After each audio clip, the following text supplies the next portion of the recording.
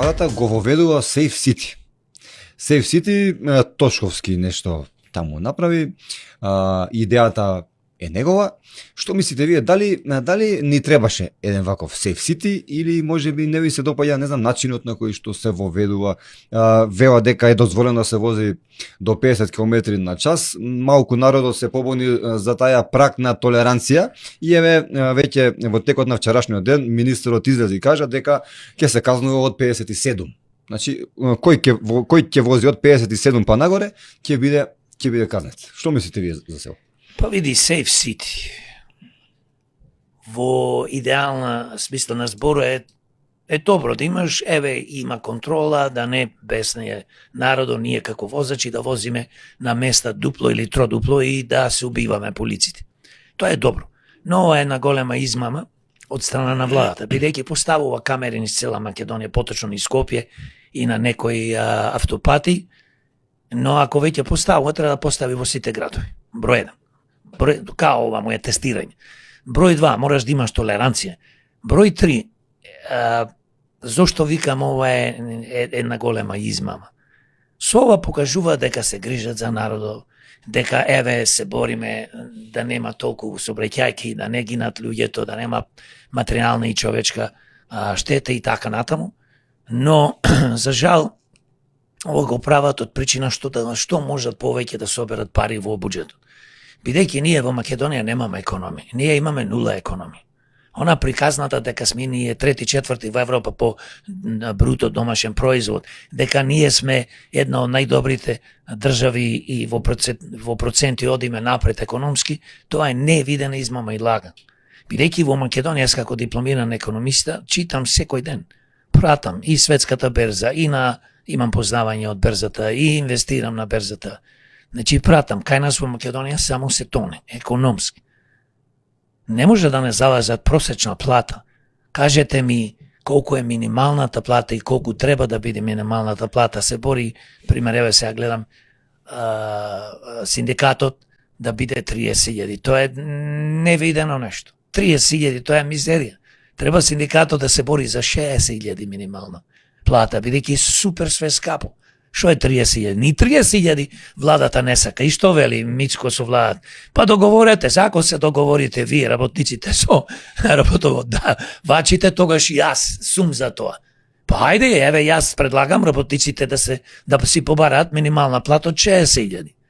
Затоа што има доста, значи, фирми во Македонија што заработуваат добро и може да ги платат, но тоа не е најбитно. Најбитно е сега во момент ова што зборувавме да се вратиме на Safe City, е дека тоа е измама и сега, како што кажев, да ги берат парите од народот, па донесува некои закони лудачки, идеме, а како возел дупло повеќе од дозволеното, ќе му се одземи колата, ако возел пијан, ако не знам што направил, ќе му се одземи колата, поточно колата може да вреди 2.000, може да вреди 100.000 и ќе му се одземи. И државата ќе ја конфискува.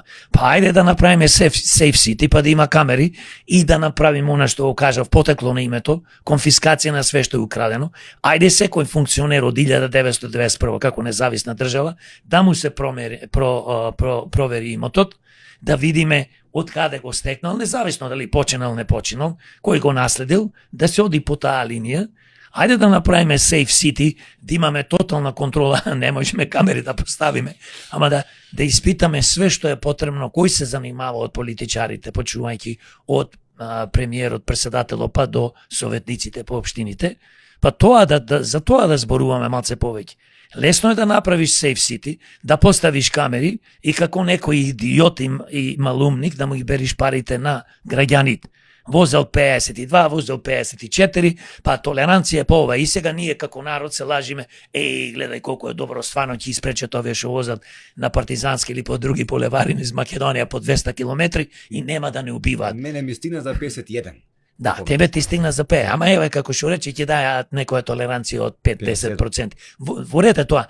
Значи зборот ми беше, ако веќе се поставува Safe City, ако веќе се поставува сегде низ Македонија, се дава толеранција, но исто, за мене што е поважно, од поставување на Safe City, што го викаат, популарно, нема енглески, безбеден град, ние да поставиме мерки, да донесиме закони, да, како што кажав, да удриме на криминогените политичари. Дај да го собериме богатството што ни го укради. Дај да воведеме одма закон за потекло на името и конфискација нистото 91. Многу е важно. Ја искрадија Македонија.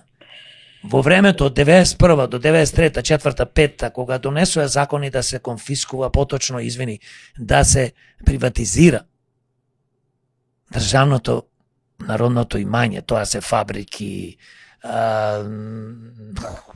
фирми, хотели, имање, се и се што значи. Ајде тоа да се врати назад. Све што е приватизирано на криминален начин. Не можеме ние да креираме олигарси и креиравме од времето од 90-тите години и тоа да не го дискутираме. Затоа ти комаме значи како невидена измама, еве сега ние се грижиме за вас.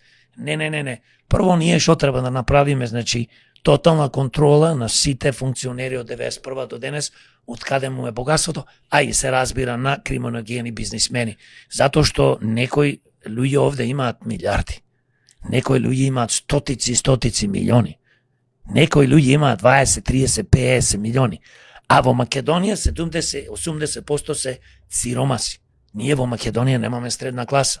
Ние во Македонија имаме сиромашни и супер богати. Ете тоа е, затоа не ми се допаѓа ова безбеден град, а инаку во целина како идеја е добро, нормално е, но ако почнеш сегде на секоја раскрци да поставаш камери, тоа веќе го претеруваш.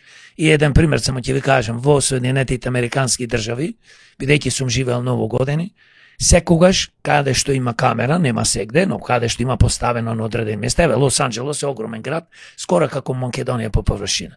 Значи нема поставено како овде, овие веќе побесне за да ни ги соберат пари. Ради тоа верувам. Бидејќи државата нема пари, немаме економија, нема од кај да берат пари.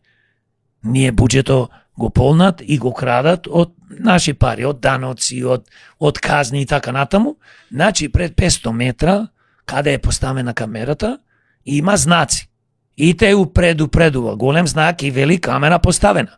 Овде така треба, а не како да не речам, ајде да не се изразам. Можност да се скријат. Не ве скришно да ме кеве камерата, како полицијата што се крие, да те фати со пиштоло или со овие камерите сега што ги има како апарати, да ти ја мери брзината. Иде мек, те фатив. Не, тоа не е фер, затоа што ако во Америка се практикува тука, и тука нека постават.